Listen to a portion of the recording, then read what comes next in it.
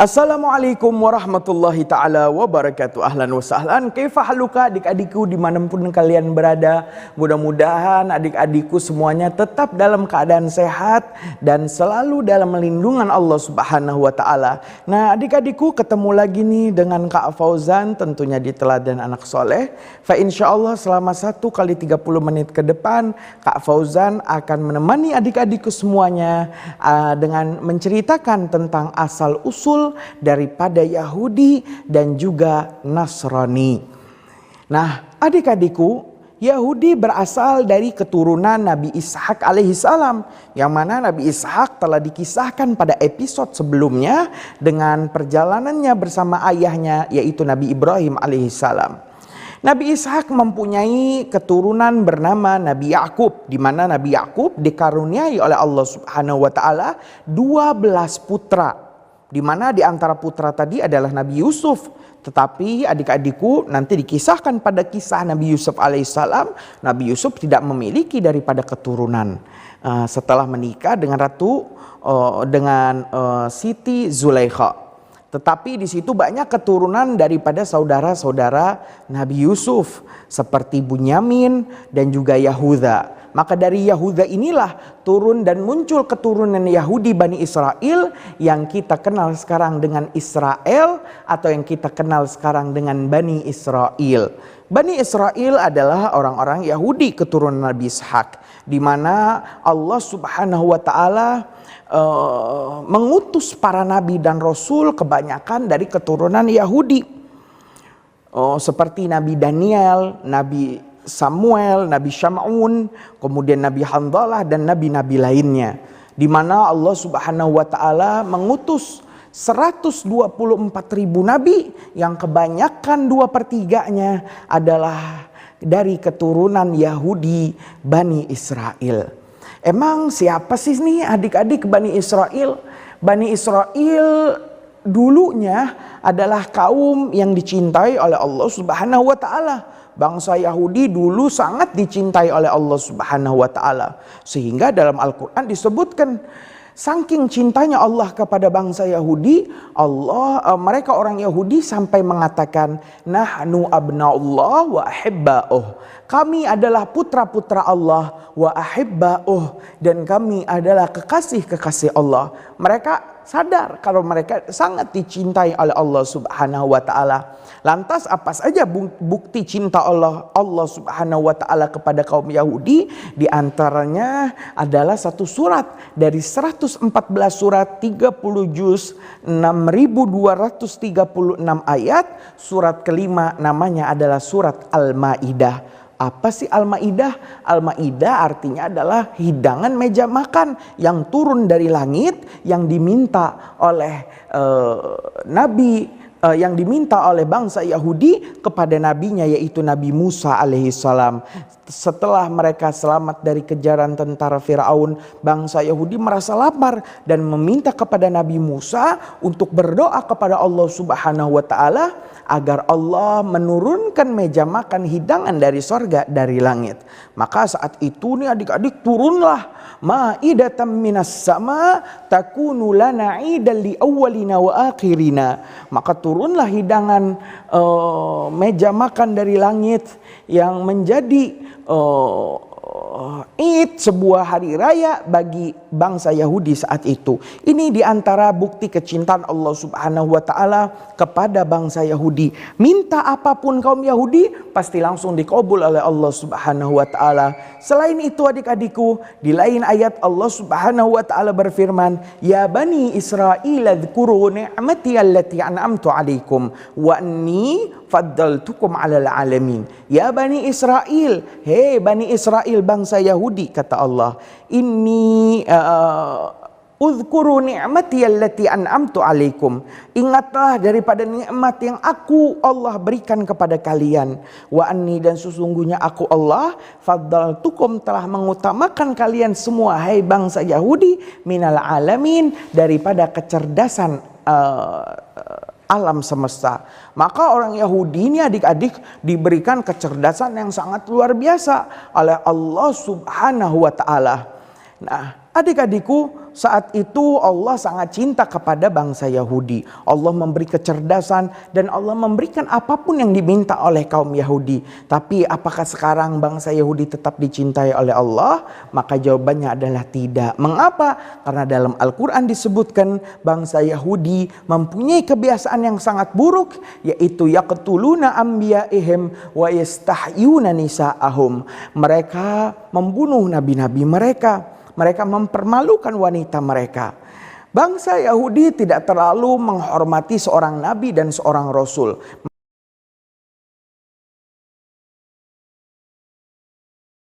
Bahwasanya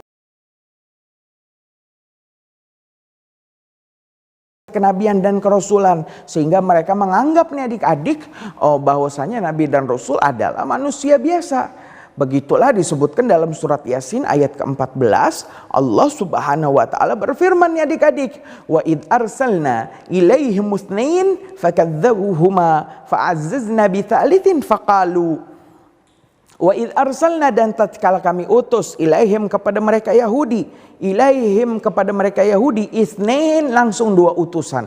Allah cinta kepada orang Yahudi, kaum Yahudi, sehingga Allah langsung utus isnain 2 utusan. Tapi apa yang dilakukan oleh kaum Yahudi? Fakadzabuhuma, maka mereka kaum Yahudi mendustakan keduanya. Ya, mereka mengatakan engkau bukan nabi dan rasul.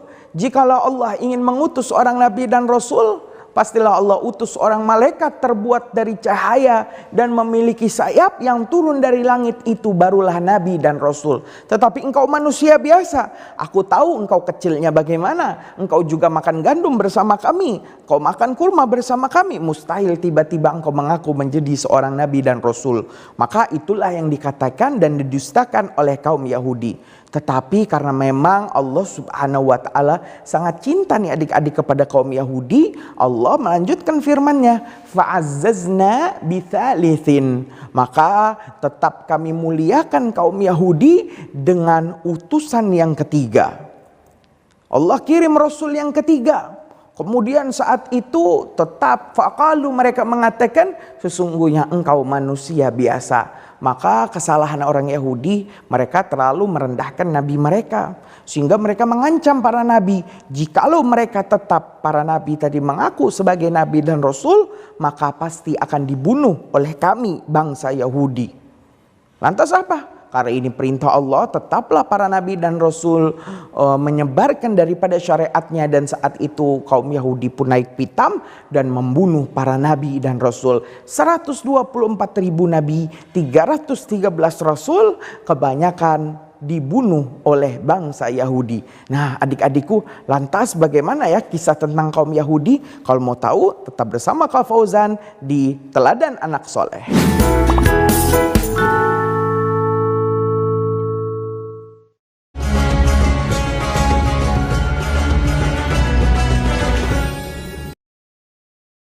Tetapi jika itu menjadi kebiasaan, pada keadaan normal seseorang tidur setelah subuh, tentunya tidak akan lebih sehat dari orang yang beraktivitas fisik setelah subuh.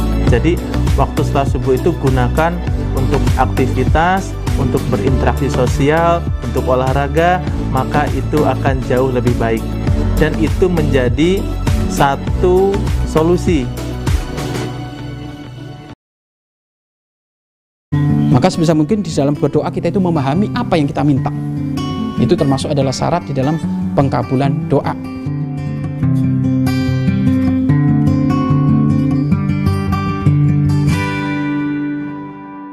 Kalau seandainya salah satu dari kalian diterima, maka barang-barang yang ada itu akan diangkat oleh Allah Subhanahu wa ta'ala ke atas langit. Qabil Habil, kalian harus menerima apapun yang menjadi keputusan Allah Subhanahu wa ta'ala tentang keinginan mereka, keinginan kalian untuk menikah. Ingatkan itu. Baiklah. Ada 3 akhlak penting yang harus kita terapkan ketika menjenguk saudara kita yang sakit. Yang pertama adalah jangan lupa membawa semacam hadiah yang menyenangkan pasien yang sedang sakit. Kita mau mencari pelangi tapi tidak ketemu. Iya, Bro. Ibu Guru pelangi bisa muncul setelah hujan, tapi kok tidak ada ya, Prof? Oh begitu, pelangi memang bisa muncul setelah hujan, asalkan matahari bersinar dengan terang. Oh gitu ya, Prof. Padahal Adi ingin sekali lihat pelangi.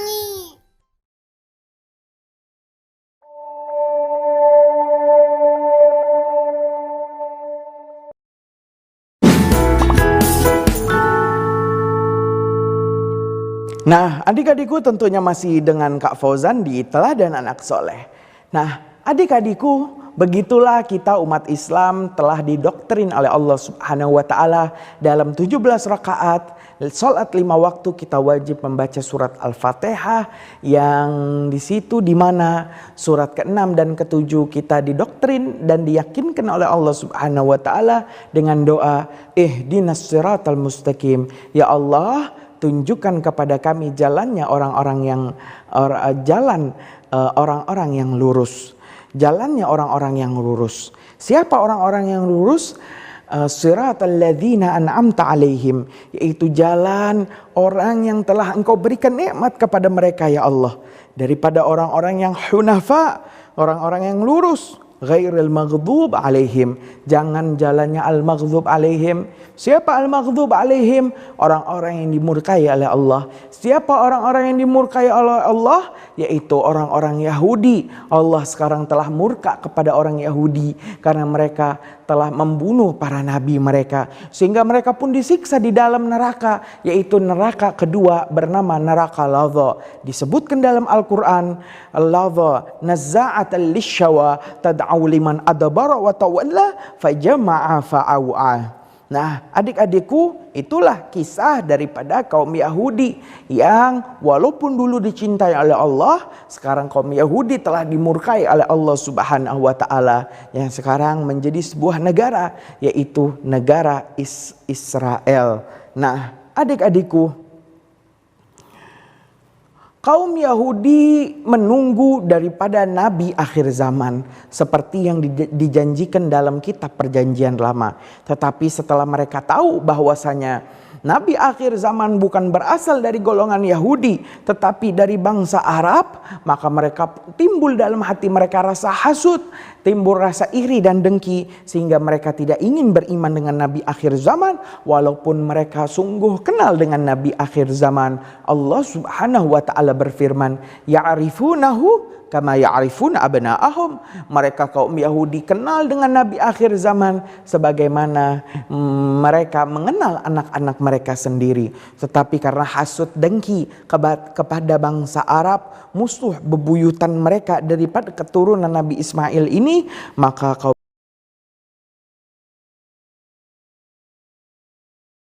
Yahudi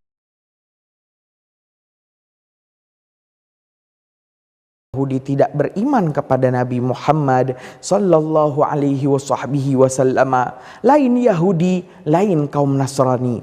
Kaum Nasrani atau yang kita kenal di Indonesia ini dengan Kristen, baik Kristen Katolik, Kristen Protestan, Kristen Ortodoks atau Kristen Koptik yang ada di negara Arab seperti Lebanon, Mesir dan Syria, maka Nasrani berasal daripada pengikut Nabi Isa alaihissalam.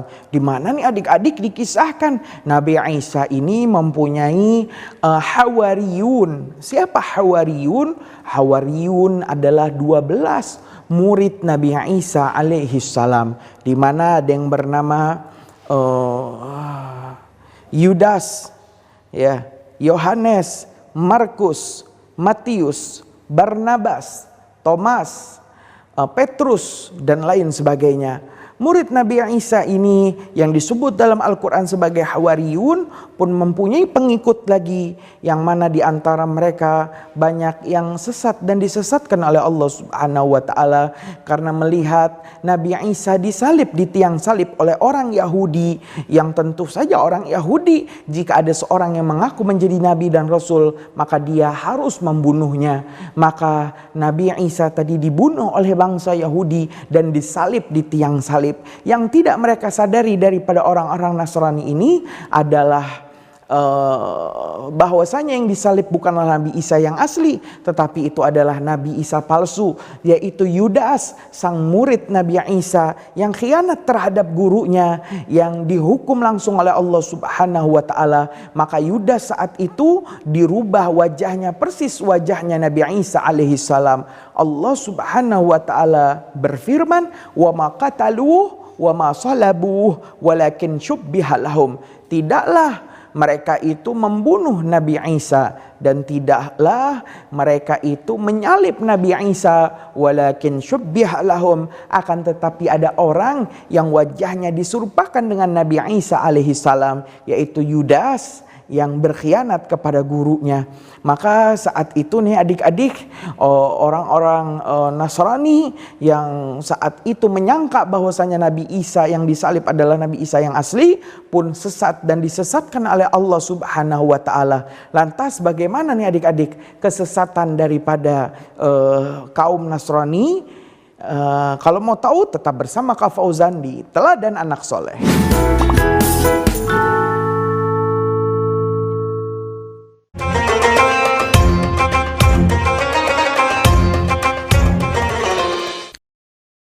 Itu adalah kekhawatiran malaikat-malaikat, karena malaikat menemukan sebuah catatan bahwa nanti manusia ada di antaranya yang baik dan ada di antara mereka yang buruk. Tapi Allah berfirman melalui ayatnya, "Inni a'lamu ma la ta'lamun." Kata Allah, contohkan huruf ra. Ini tidak berpengaruh terhadap kaifiyah, tetapi sifat itu ada. Contohnya huruf ra ini ketika anak kecil masih cadel, tidak bisa ra menjadi la. Makanya Nabi pernah memberikan isyarat kepada para wanita bahwa Nabi banyak melihat para wanita berada di dalam neraka. Para wanita bertanya, kenapa ya Rasulullah? Apa sebabnya? Yukthirna syikah wa yakfurnal ashir. Banyak ngeluh dan kurang bersyukur. Asyhadu an la ilaha illallah.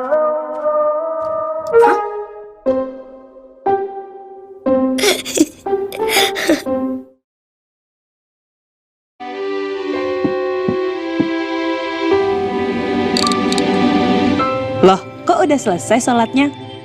Udah dong. Kalau sholat jangan cepet-cepet, kayak kereta aja.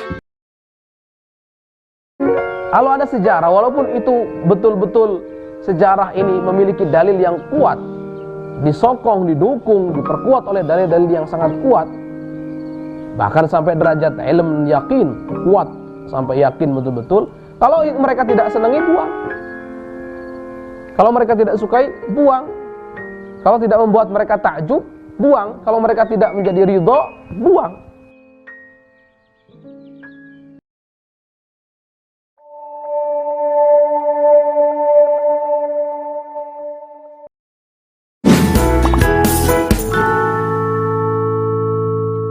Ya adik-adikku, tentunya masih dengan Kak Fauzan di Teladan Anak Soleh. Nah adik-adikku, maka saat itu banyak orang Nasrani yang beranggapan bahwa yang disalib adalah Nabi Isa yang asli. Di mana sebelumnya kaum Nasrani melihat daripada keajaiban-keajaiban, mukjizat-mukjizat yang muncul dari diri Nabi Isa.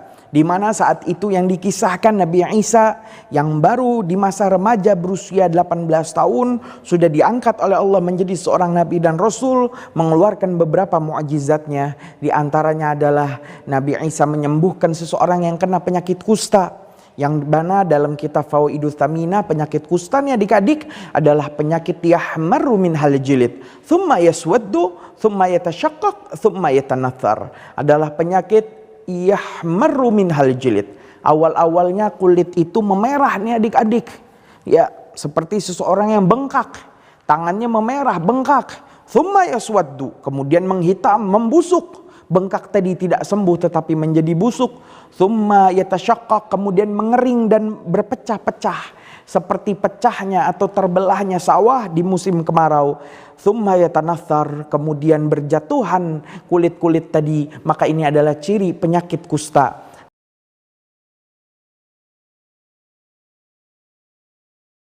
sembuh daripada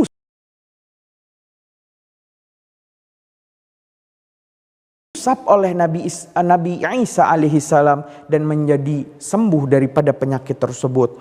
Maka takjub orang-orang Nasrani yang melihat hal ini. Mereka mengatakan ini bukan seorang nabi, pasti ini adalah seorang rasul. Tetapi di sana mereka juga melihat bagaimana Nabi Isa menyembuhkan orang yang buta dari lahir. Bukan buta sebab kecelakaan, tapi memang buta dari lahirnya, di mana memang mata tadi tidak tumbuh dengan sebagaimana mestinya. Maka ketika sembuh daripada butanya orang yang buta tersebut pun, orang Nasrani mengatakan ini bukan rasul, mungkin ini adalah anak daripada Tuhan. Pun dikuatkan lagi dengan mukjizat Nabi Isa, di mana Nabi Isa menghidupkan daripada orang mati. Maka saat itu mereka sepakat ini betul-betul bukan manusia biasa, bukan nabi dan rasul, tetapi ini adalah Tuhan, adalah putra dari Tuhan, son of God. Maka saat itu mereka pun mulai menyembah Nabi Isa yang disalib, menyembah. Kemudian sesembahan tadi, penyembahan tadi pun terjadi hingga saat ini yang dilakukan oleh saudara-saudara kita dari kaum Nasrani, baik Katolik, Protestan, Ortodoks ataupun juga Koptik. Nah, adik-adikku, itulah kisah daripada kaum Yahudi dan Nasrani, yang mana kaum Yahudi dimasukkan oleh Allah nanti di akhirat ke dalam neraka lava dan kekal abadi di dalamnya, dan adapun orang-orang Nasrani dimasukkan oleh Allah Subhanahu wa taala ke dalam neraka sakar. Wa ma adraka ma sakar, la tubqi wa la tadhar, lawahatul lil bashar 'alaiha 19. Maka orang Nasrani dimasukkan neraka nomor 3, yaitu neraka sakar, di mana neraka sakar adalah neraka yang sangat kuat siksaannya dan orang Nasrani kekal abadi di dalamnya. Kita selalu berdoa kepada Allah Subhanahu wa taala.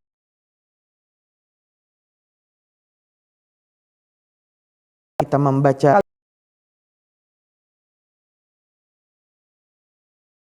di dalam 17 rakaat, ayat ke-7 surat Al-Fatihah kita membaca, ya Allah, tunjukkan kami jalan orang-orang yang lurus, yaitu jalan orang yang Kau berikan nikmat kepada mereka ya Allah, ghairil maghdub alaihim, bukan jalan orang yang Engkau murkai ya Allah, yaitu ke bangsa Yahudi, waladdallin, dan juga bukan jalan orang-orang abdallin. Siapa abdallin? Orang-orang yang sesat dan disesatkan. Siapa orang-orang yang sesat dan disesatkan?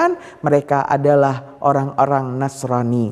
Nah, adik-adikku, inilah akhir dari kisah kita tentang kaum Yahudi dan asal-usul kaum Nasrani. Tak terasa sudah 1 kali 30 menit Kak Fauzan menemani adik-adikku semuanya. Fa insyaallah kita akan ketemu lagi pada jam dan acara yang sama, tentunya masih dengan Kak Fauzan di Teladan Anak Soleh. Akhirul kalam, wallahul muwafiq ila aqwamit thoriq. Wassalamualaikum warahmatullahi taala wabarakatuh.